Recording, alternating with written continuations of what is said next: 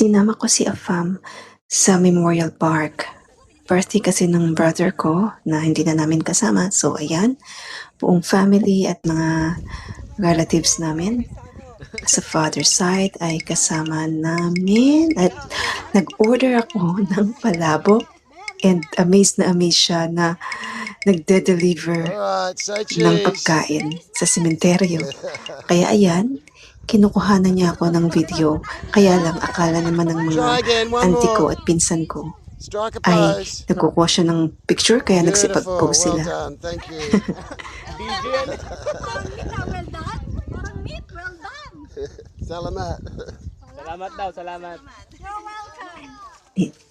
Kinuhanan niya lang ng video yung mamang nag-deliver hanggang dun sa makaakyat siya sa motor niya sa taas. Excuse, because I want to apply na call center company. And then, ayan na, malapit na kaming kumain. I need your help, maybe.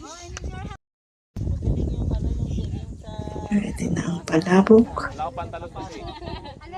At ito na nga guys, nagkakain na ang buong pamilya. Habang siya naman ay kuha lang ng kuha ng video. First time niya kasi makapunta sa sementeryo at dito niya lang na-experience yung nagpipiknik sa sementeryo. So, yun lang yung ganap namin sa araw na yan and happy naman si Afam.